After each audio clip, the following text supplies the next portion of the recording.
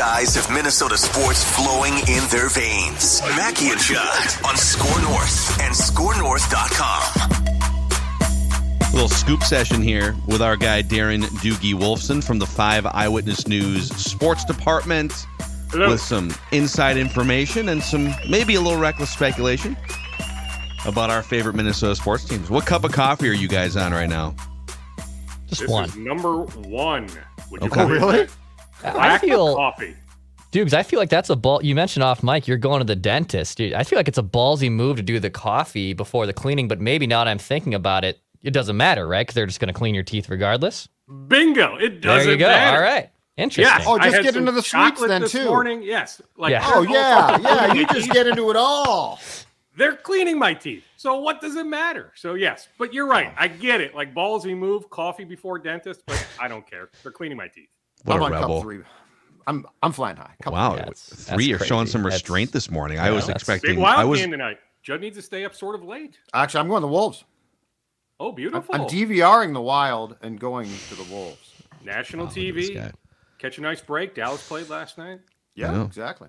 We will get into some Wolf stuff here with the Wolves off to a nice little start after the Lakers game. But so, okay, left tackle situation. The Vikings have not fully tipped their hand. Everyone is sort of saying that there's different options. They've got a small handful of guys who have left tackle experience. You could move Brandel over. You could leave Quessenberry in. He's 34 years old. He's been around the block.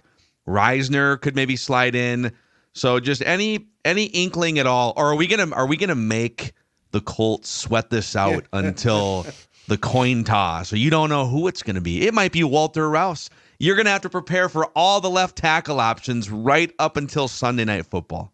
Well, I will tell you, Phil, I don't foresee it being Walter Rouse.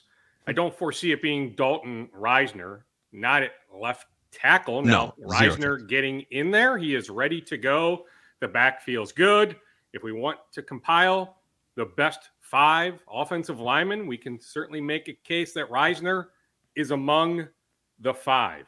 Short term, Brandel to left tackle to me makes all sorts of sense. Reisner to his natural left guard position.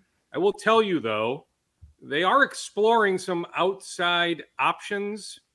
This is maybe more under the reckless speculation umbrella, but the name I would keep an eye on more than any other, it's not David Bakhtiari. Oh. It's DJ Humpries, longtime starter in Arizona, tore his ACL on December 31st, now fully cleared, visited the New York Giants last week. I'm just saying, if you need to keep an eye on just one name, certainly keep an eye on many names, whether it's Leno, whether it's Bakhtiari, whether it's trading for someone. Look at Jacksonville's situation, any number of other situations.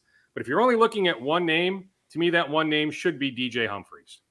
I think for the Colts game, you're right. I think it's going to be because Brandel played left tackle in college. He's got experience there. I think short term, that's it. Now, the issue is if Ed Ingram continues to struggle, you're completely screwed because you can't experiment with Reisner at right guard when he's going to be playing left guard.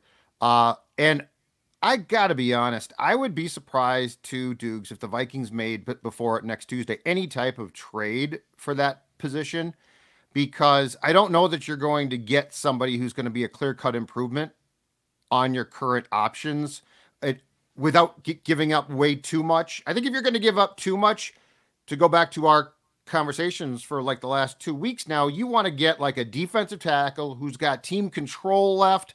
And again, is part of the 2025 solution as well.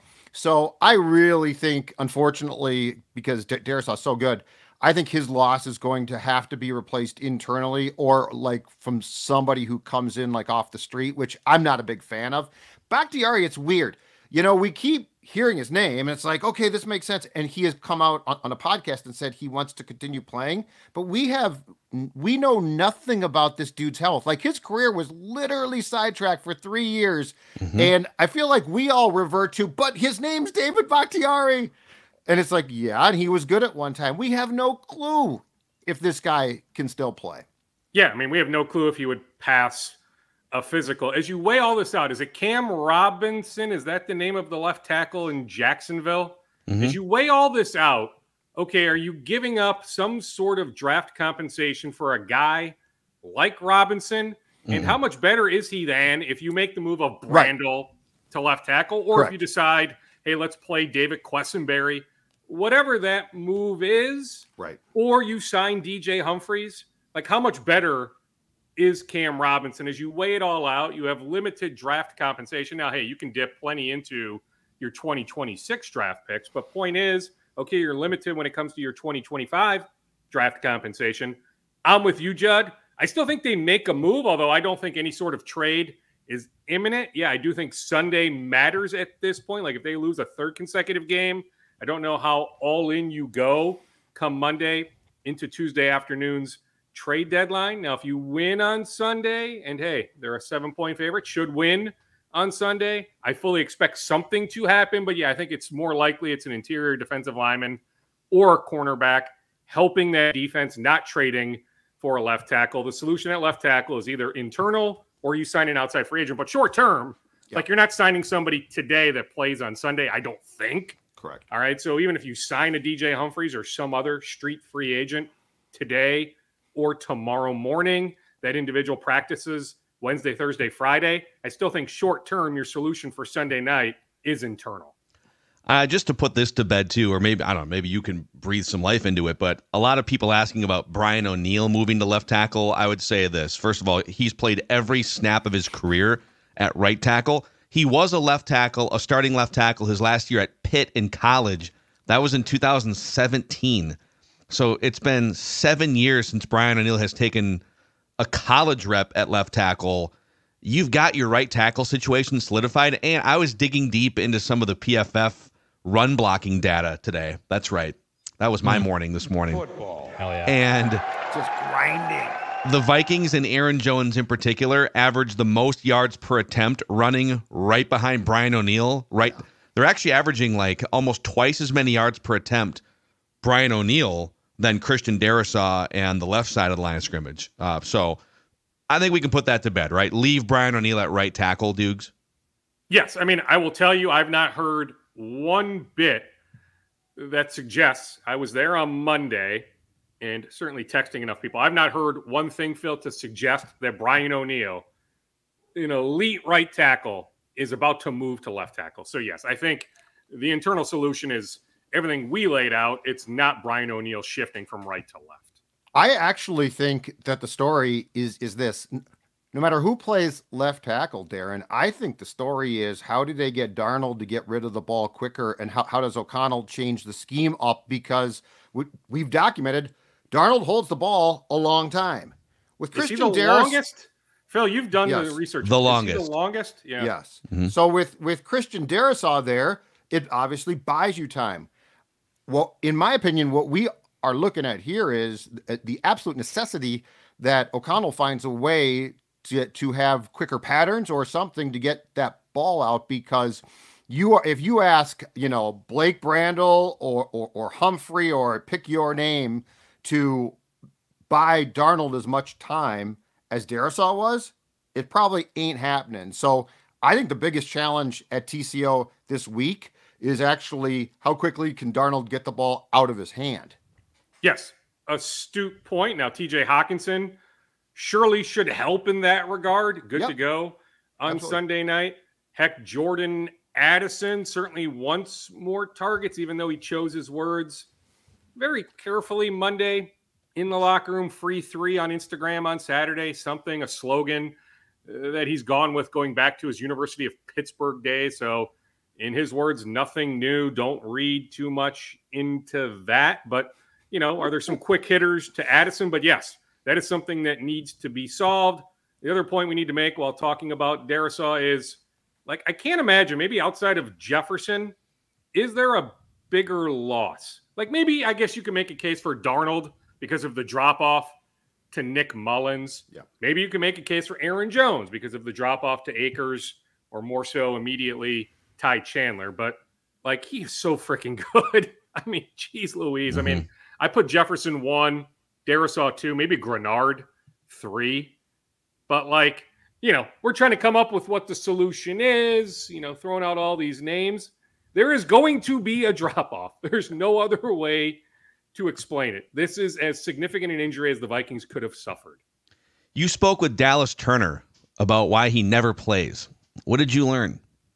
Yeah, well, I mean, I said, hey, I'm confused. Only 7 defensive snaps the last 2 games.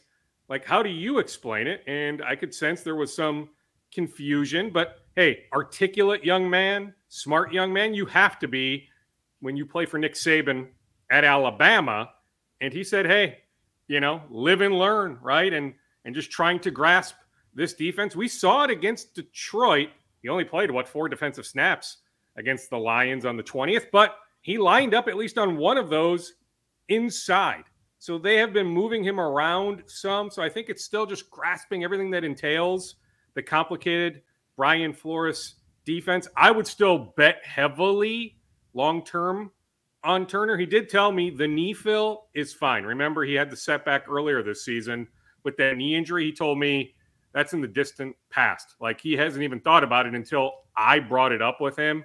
But he said to me all the right things. But I get it, like, especially in this moment, when you watch Jared Verse of the Rams last Thursday have the success he did, when you look at his pressure numbers, maybe the sack numbers aren't great for Verse, but pressure-wise, Jared Verse has been really, really good. And he went a few picks after Dallas Turner. I get it. But I'm telling you, over the next couple of years, I would still bet heavily on Dallas Turner. But I also understand, hey, he was one of the betting favorites to be Rookie of the Year, the Defensive Rookie of the Year. He is not going to be the Defensive Rookie of the Year. So I understand the frustration if you're a fan saying, what the heck? But to me, just give it a little bit more time. Well, and in Turner's defense too, if you flipped him to the Rams and Verse here, there's a fighting chance Verse wouldn't play much. Like, this to me is all about how much of the system do you know. Like, Verse, you can tell he's turned loose. It's like, dude, you line up here, and then that guy with the ball in the pocket, you pursue him, and if you can, you hit him. Turner, to your point, against Detroit, off ball for a snap. Like, they're asking him to do, they basically, what they're not doing, and I don't know if this is stubbornness on their part or just a philosophy, they are not creating any real package that he can fit into. He is being told, you have to fit into what we're going to do, which is a heck of a lot different than a guy who's drafted first round, lined up on the edge and just told rush. Like, they're asking Dallas Turner to do what Van Ginkel does, and the discrepancy in play, in years in the league is huge. So it's very hard to make a decision on Turner because I feel like he's not playing because of the philosophy and how much they think he can grasp it, not athletic ability. Now, I will say in his defense, I'm just telling you, you play for Nick Saban, you play in that Nick Saban defense, you need to grasp a good amount. I agree. So to me, he's intelligent enough to grasp all of this. Yeah, maybe it moves at a faster pace. Yeah, it's not quite the same. But that's why I'm bullish on Turner. But yes, they are asking a good amount. Now, hey, the comeback is when you're not pressuring Matthew Stafford, as last Thursday is unfolding, just let Dallas loose. I feel like we saw it a little bit week 1 at the Giants, and we haven't really seen it much since. Now, hey, Ward, Jones, right, who's fallen off a little bit, but those guys, I get it. They've earned snaps over Turner. So there is some pretty good depth there. But I'm just saying, like, over the next few years, don't give up. Put it this way, don't give up on Dallas Turner. Okay. We definitely have some Wolves stuff to dive into here and anything left in Doogie's scoop bag. But Nicolay Law is here as the exclusive personal injury law firm of SKOR North Podcast. We appreciate their partnership. Russell Nicolay and his team, rooted in the Twin Cities communities that we all live in. They're just your normal everyday folks that happen to have law degrees to help you get the compensation you deserve after you or a loved one gets injured in an accident. So if you've been injured, get Minnesota's award-winning injury lawyers. Get Nicolay. Start your path to winning at nicolaylaw.com or give them a call at 1-855-NICOLAY. Also, a reminder, we are giving away this month a 75-inch Roku Pro Series 4K TV that automatically adjusts color and sharpness for shows, movies, sporting events. Just open the SKOR North app, go to Listener Rewards, and you can register to win a glorious 75-inch Roku Pro Series 4K TV. All right, Doogs. Timberwolves. So Mike Conley, let's start there. Weird start to the season for him. They're trying to limit his minutes. Injury for Mike Conley?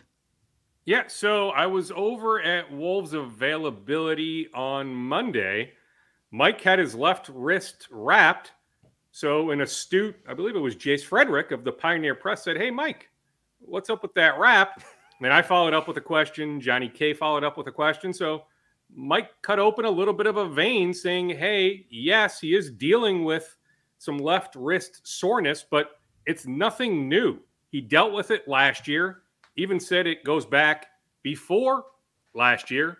He alluded to at some point it's going to need to get fixed, which alluded to some sort of surgical procedure.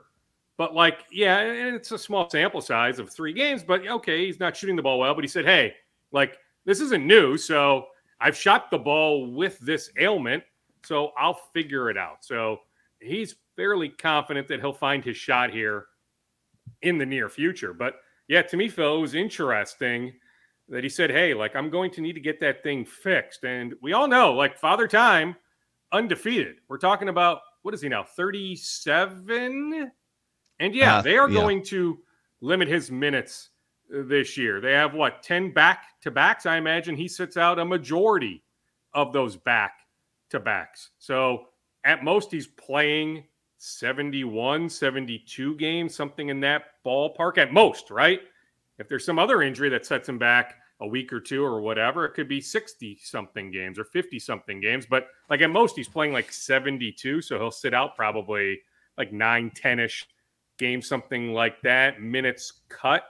But still, it is concerning. Now, hey, to me, Phil, when you think about their best fivesome, again, small sample size, we get it. And hey, Julius Randle has been brilliant.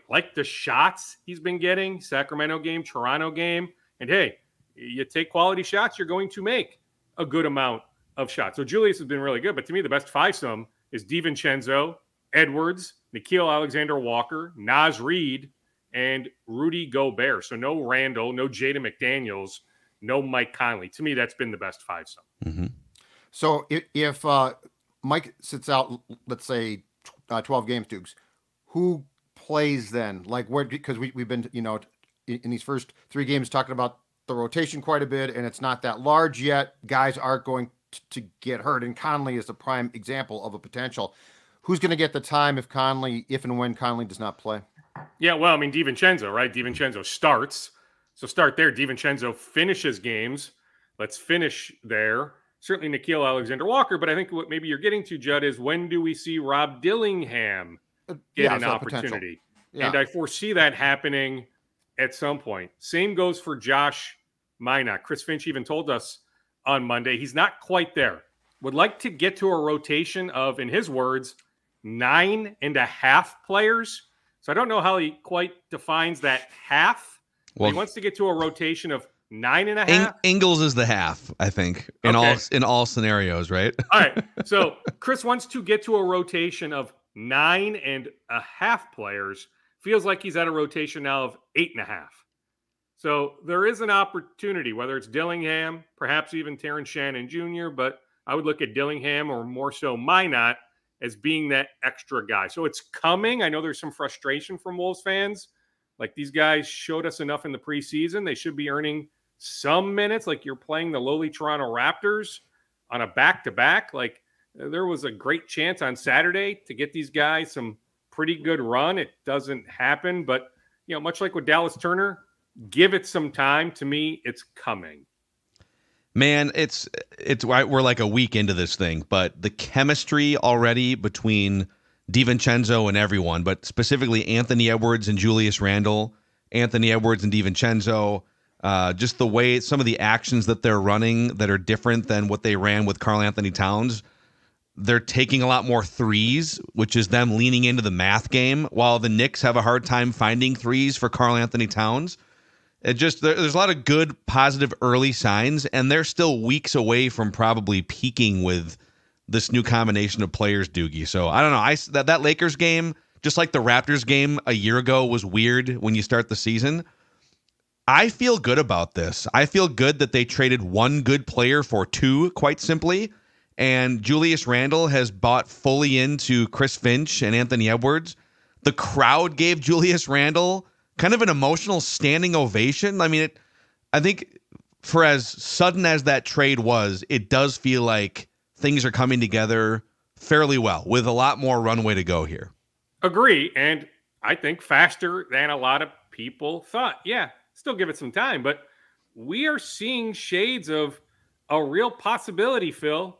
They can jump into the top 10 for an offensive rating, that they can be somewhere in that 7 to 10 range. Now, maybe the defense drops off some. We actually spoke with Mike Conley Jr. about this on Monday, which he's okay with. Hey, defense is still their calling card, but if they're not the number 1 or number 2 defense, if they're more like the number 7 defense, number 8 defense, but that offense jumps up from 16, 17 last year to 8, 9, 10, somewhere in that ballpark, Mike is absolutely willing to accept that trade-off. And you're right, Julius loves it here.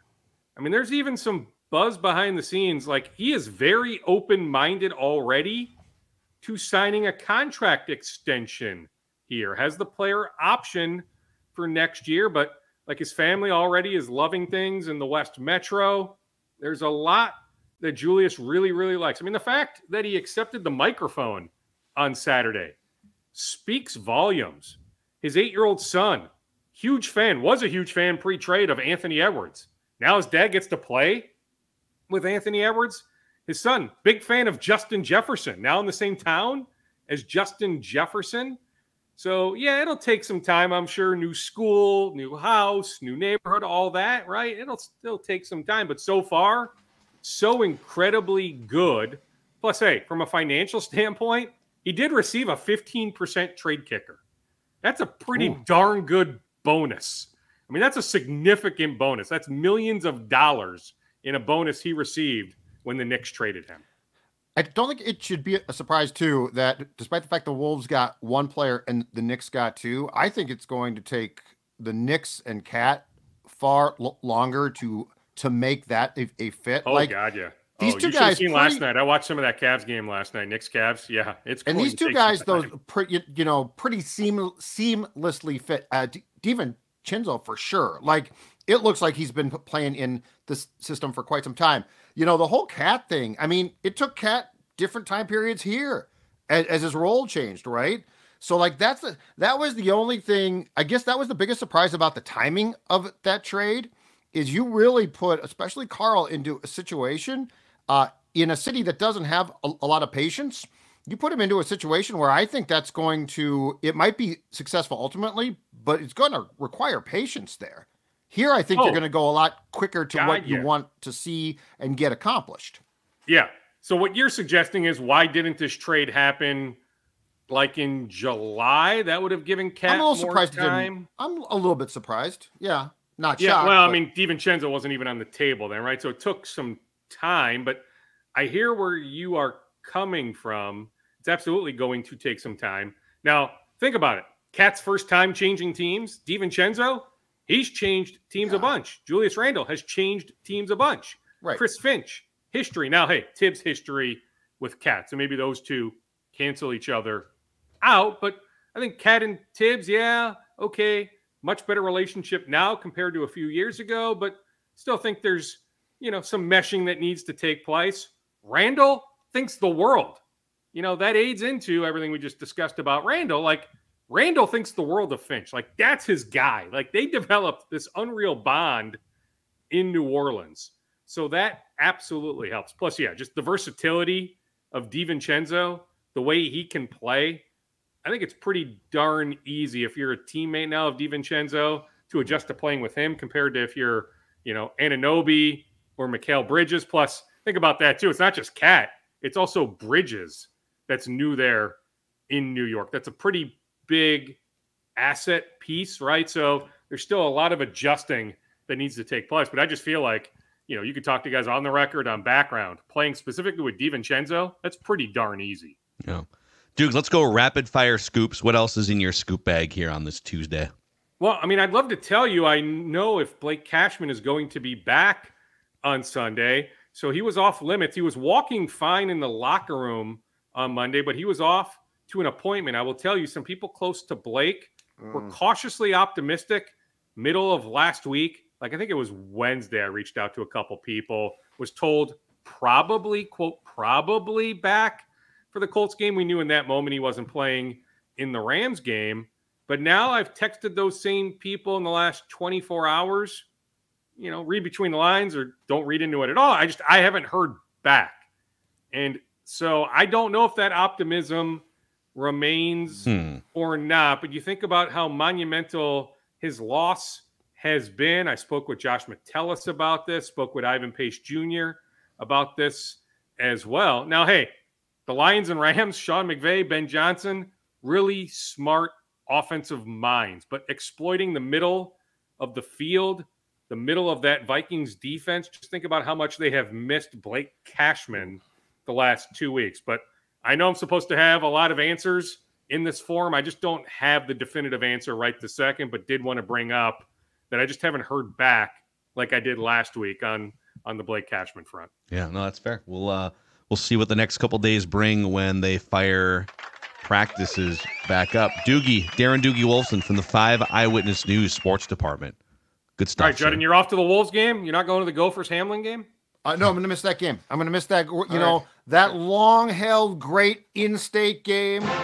They won't play St. Thomas. Nope.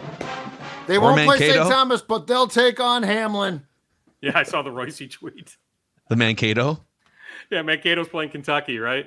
Yeah. They offered more money than the Gophers. Smiley face emoji. Yeah. Hilarious. Go Gophers. Brother Skyima. Go Ben Johnson. Hey, Lakai Patterson is okay. That shoulder injury, Lakai. Right there. He's good to go. Gophers open officially next week. Is it Oral Roberts? Heck of an opening game next week. Yeah, Oral Roberts. Tough game. Don't underestimate the Orals. Yeah.